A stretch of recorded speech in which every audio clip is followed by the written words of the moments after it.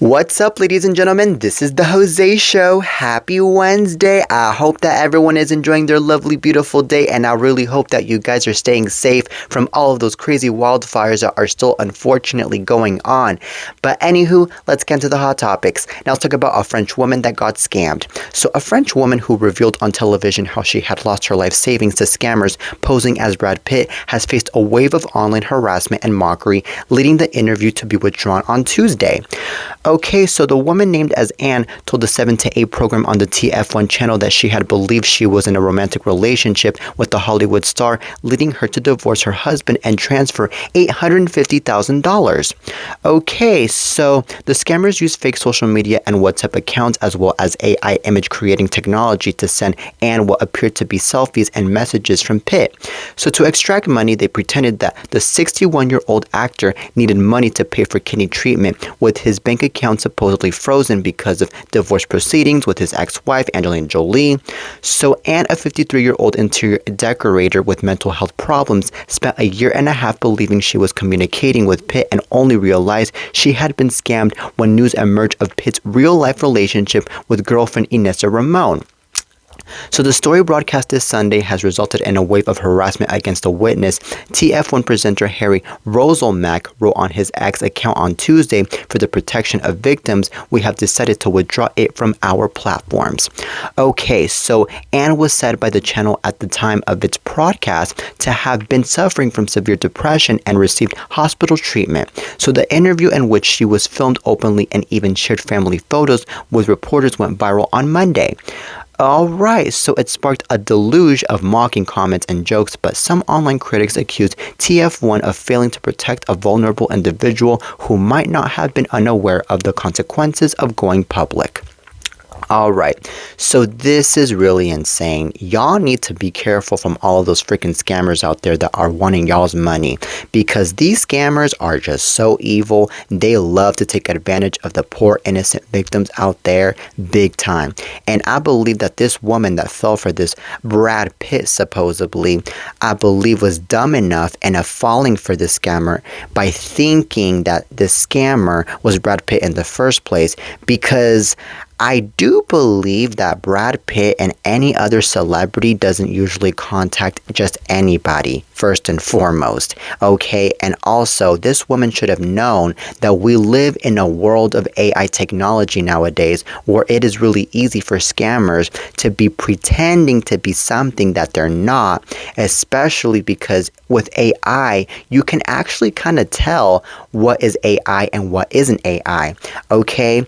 And I do believe that this woman should have even thought before even sending the $850,000, by the way, because that is a bunch of money out there.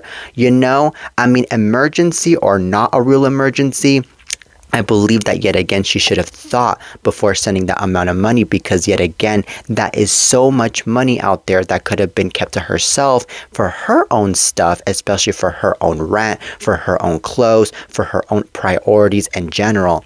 And it's just saddening just having to hear that now this woman ended up, I believe, broke after spending that much money on this person that ended up being a scammer, because now this person is basically now, you know, taking advantage of this woman. And I'm pretty sure that the scammer is going to continue to target this poor woman in the future because of this. Now, to this woman, I believe that this woman should have reported all of this to the FBI or to the police immediately in order to get her money back and in order to really put this freaking scammer behind bars, because that's what they freaking deserve for taking advantage of the poor woman.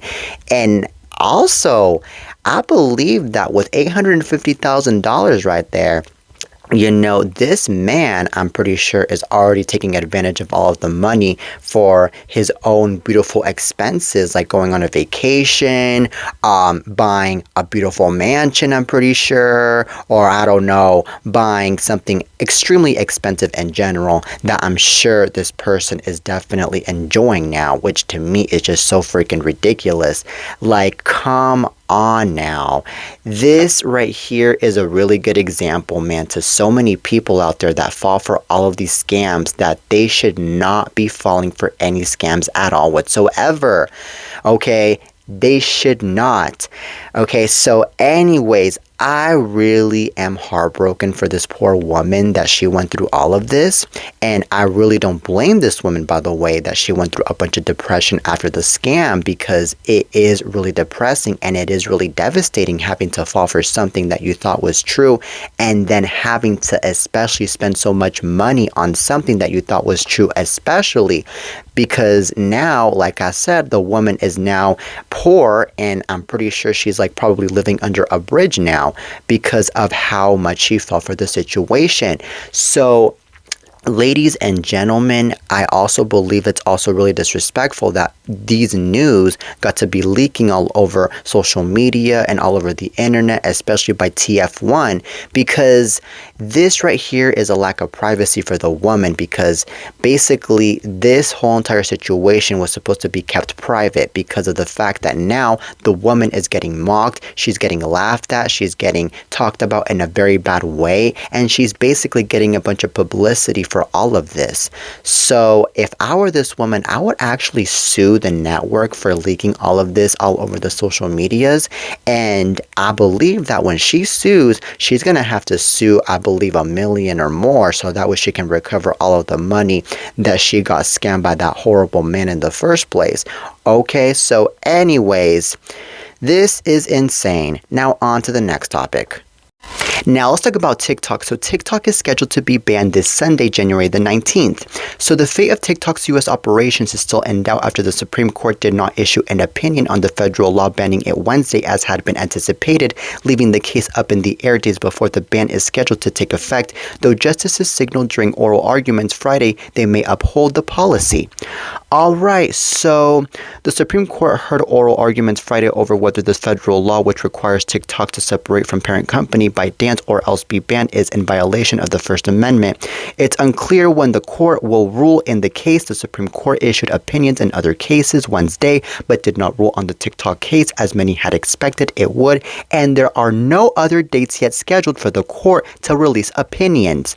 So the law is now scheduled to take effect Sunday unless the Supreme Court rules otherwise, as the court previously declined to pause the law from taking effect while it considered the case. So TikTok and content creators on the app argued the ban violates their First Amendment rights by cutting off all speech on the platform, while the federal government argued the ban is necessary for national security given ByteDance's Chinese ownership. Okay, so this is really insane. I believe that it is a violation of an amendment having to get rid of TikTok, because I believe that TikTok actually expresses free speech, and free speech is actually something that is protected here in America because we live in a free country first and foremost. And I do believe that there are reasons as to why the government wants to get rid of TikTok, because of the fact that there has been a lot of danger going on TikTok with a bunch of mockery, bullying, and so, and then it's also being said that the Chinese government apparently is spying on us through TikTok. However, I don't believe that the Chinese government is spying on us on TikTok, because I do believe that TikTok is regulated in so many ways, if I'm not mistaken. I mean, especially when it comes to privacy, because I believe that if TikTok was not regulated at all, I believe that TikTok wouldn't be allowed in this country to begin with, okay? And I also believe that TikTok is also regulated when it comes to all of the bullying, all of the mockery, and this and that, just like any other app. Because, I mean, hello, there's the block button on TikTok. Hello, there's a report button on TikTok. There's the mute button on TikTok. So there's also that. But I do believe that the reason to why, yet again, the government wants to get rid of TikTok is because of all of those things. Now, I do believe, though, that another reason to why the government wants to get rid of TikTok is because I believe that they believe that TikTok has been a huge distraction for a bunch of young adults, especially for the Generation Zs, because nowadays a lot of the young adults are depending on TikTok to grow a career off of, and they're depending to go live on TikTok, post videos on TikTok, and this and that. Specifically, 24/7 in order to grow a career off of, and the government wants the young adult to be more focused on other things in life. And I mean, it's completely understandable, but here's the thing though, they need to understand that TikTok is actually the future for a bunch of young adults out there that are using the app, because they are actually growing off of the app. Like, for example, they are growing off of their live streams, they are growing off of the videos that they are posting. They'd be getting like 10,000, 20,000 views per video, and they are becoming huge TikTok stars by doing that. And then later on, they get huge jobs in the entertainment industry because of all of that. So it's actually a really good way that they get acknowledged for a really good job. So there are a lot of positive benefits off of TikTok. So they really need to look at it that way instead of getting so into the negatives throughout the whole entire time. I mean, Instagram has their negatives too. Facebook has their negatives too. Twitter has their negatives too, especially because Twitter is highly political. So, I mean, why not get rid of those apps too? You know, so that is just so extremely unfair that the government wants to get rid of the app. And it would really make me sad if this ban takes effect on Sunday, because I'm one of those Gen Zs. I'm one of those people that is depending on TikTok to grow off of, especially to get acknowledged for my own future, because I'm over here posting videos every single day of my podcast on TikTok in order to become huge and more noticed, and of course to get a job in the future. And now with TikTok getting gone, now my future basically might go down the freaking toilet, and I'm afraid that it's going to be harder for me to get acknowledged for the entertainment industry and so and so. So we have to really be considerate, ladies and gentlemen, and we really need to raise up our voices and be like, hey, we need TikTok to stay here in our country. We cannot let TikTok get banned at all, ladies and gentlemen, okay? So anyways,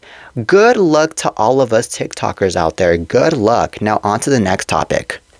Now let's talk about Betty White. So Betty White may have been known as America's sweetheart, but the Hollywood legend allegedly had a mean streak, this according to fellow actress Sally Struthers. So the All in the Family star came out swinging against the Golden Girls alum during an appearance on the Let's Talk About That podcast, blasting the late comedy legend as a very passive-aggressive woman. Okay, so per Sally, she had a less than enjoyable encounter working with Betty on a game show pilot. The actress is connected at Betty White's house to collaborate on the project, but things took an ugly turn when Betty totally fat-shamed Sally in front of a room full of people. So she recalled, I reached for a cookie and she said in front of everyone, "Oh, I wouldn't do that if I were you, dear. You don't need a cookie." And I thought, gosh, that's not nice. Okay, so the experience didn't put her off from the rest of the Golden Girls cast. However, Sally praised Betty's co-star Bea Arthur as a force of nature after getting the chance to work with her on All in the Family. Okay, so Sally said she never spoke about Betty previously, as she was well aware just how much everyone loved her, but felt comfortable saying something now the TV star is dead. Okay, so you know what? I believe that this is kind of exaggerating from Sally Struthers to be saying that Betty White got to body shame her for that little statement that she made towards her, because I believe that little statement where Betty told Sally Struthers, "You don't need a cookie at all, and I wouldn't have that if I were you," to me sounds like basically Betty was just trying to tell Sally, hey, don't have that cookie at all, because I believe that, you know, it'll definitely make you feel worse, or it'll definitely make you feel bad in a way, because God knows maybe that cookie didn't taste good, or maybe that cookie was just, well, sugarized, or I don't know, man, because I believe that, you know, in this world that we live in, I mean, there are some people out there that do look out for each other in certain ways, and I believe that Betty White was simply looking out for Sally Struthers. Correct me if I'm wrong. Especially because I know that Betty White is a very kind person, and she is a sweetheart, and she just does the best that she can in order to make friends here and there, and to be getting along with her co-stars here and there. And yes, I know that one of the only people that she did not get along with, as far as what I know, was Bea Arthur, because I did hear that Bea Arthur and Betty White were like enemies kind of on the Golden Girls, but that is a whole different story, because I did hear that Bea Arthur was actually somebody that was not really easy to get along with, and it wasn't Betty after all. And I remember that Betty White got along so well with Sandra Bullock, with Ryan Reynolds, with Jimmy Kimmel, Jimmy Fallon, with Ellen DeGeneres. You name it, man. She was definitely so loved by everyone in Hollywood. I definitely remember. So to me, it's just so hard to really, really believe that Betty White was actually this fat-shaming woman towards Sally Struthers. And it's also really interesting that now Sally Struthers is saying all of this now that Betty White has passed away, because it really sounds like it that Sally Struthers feels like now Betty White is not going to be going after her now that she's dead. But in reality, I feel like now that Betty White is dead, I believe right now is actually the worst time to be saying anything about her, because I believe it's kind of disrespectful to be saying negative things about somebody when somebody is already dead. That is just what I think. So if I were Sally Struthers, I would have actually kept my mouth shut, and I would have actually said positive things about Betty White, because I'm sure that she had a lot of positive experiences with Betty White after all. Who knows? You know? So anyways, this is really interesting, and I do also think that Sally Struthers is going to get highly criticized for saying these things about Betty White, because I know that a lot of other people out there are not going to believe the things that Sally Struthers is saying, and a lot of people, of course, love Betty White. So there's also that. All right, now on to the next topic. Now let's talk about Jessica Simpson and Eric Johnson. So Jessica Simpson and Eric Johnson have split after a decade of marriage, TMZ has confirmed. So Jessica tells us, Eric and I have been living separately, navigating a painful situation in our marriage. Our children come first, and we are focusing on what is best for them. We are grateful for all of the love and support that has been coming our way, and appreciate privacy right now as we work through this as a family.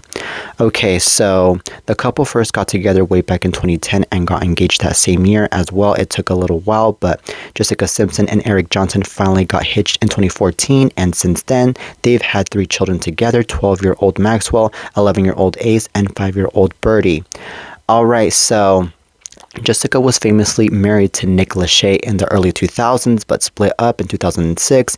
Eric, meanwhile, was married to Carrie D'Angelo in the mid to late 2000s. Okay, so I am very sad for the both of them that they are separating, because I believe that Jessica Simpson was very happy to be in that relationship as much as Eric Johnson was, and especially because the both of them have 3 kids together. Now, the fact that they are now separating, to me, sounds like they maybe found something suspicious and something weird in the marriage that they did not like at all. It could have been cheating, it could have been betrayal, it could have been some type of horrible disagreement that happened all of a sudden that was just bad. Who knows what it was, but I do respect their privacy. And I'm not going to be all up in their business and be like asking them questions and this and that. That's for sure. If they want to say their story, then go ahead. They can go ahead and do it. But if they want to keep everything in private, then so it be as well. Now, what I think, though, is personally, out of all respect, that Jessica Simpson actually made a cuter couple with Nick Lachey. And I'm not trying to sound offensive here. I'm just saying my own honest opinion, because I believe that Jessica Simpson and Nick Lachey loved each other even more. And, you know, they were like prince and princess together, especially because Nick Lachey, man, was a freaking hunk and is still a freaking hunk to this day. I mean, the man looks like a freaking model, if I'm not mistaken. He is tall, he is charming, he is so charming in his own personality especially.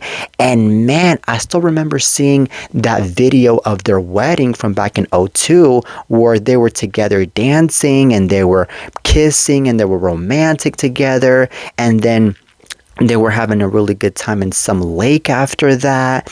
And then a bunch of other things happened, because I remember that in this video that I saw, by the way, it came with a CD that Jessica Simpson released back in 2003 called In This Skin, by the way. And I was only like 6 years old when this CD came out, by the way.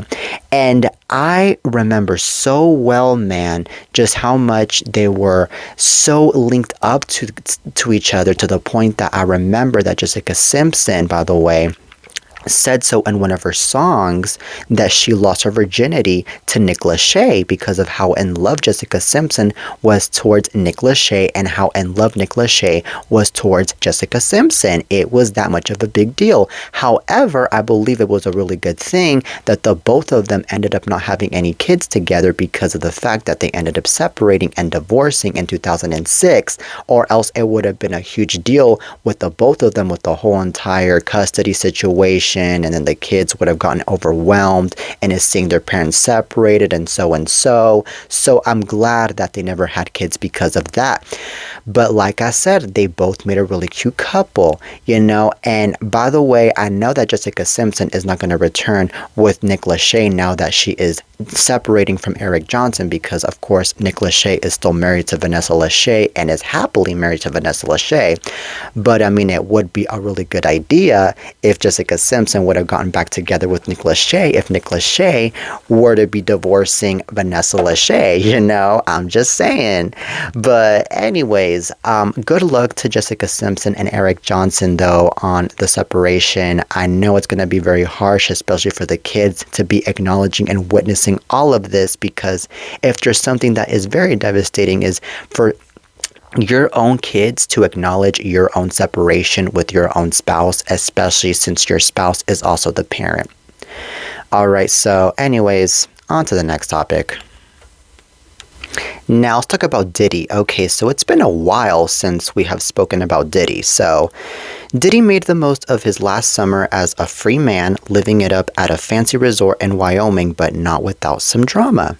Well, the Bad Boy Records founder spent a few nights back in July at the Amagni luxury resort in Jackson Hole, according to someone who worked at the hotel during Diddy's stay. So apparently, Diddy was traveling with a woman and another man, and TMZ was told they spent their first day at the resort pool, where Diddy was wearing a wetsuit with booties. So TMZ obtained a couple images from Diddy's stay, and the place looks pretty picturesque. Diddy was hanging out on the pool deck with the Tetons in the background, or the Tetons. Okay, so anyways, drama unfolded on Diddy's second day at the resort. TMZ was told he sat down for a bite in the hotel restaurant and reeked of marijuana.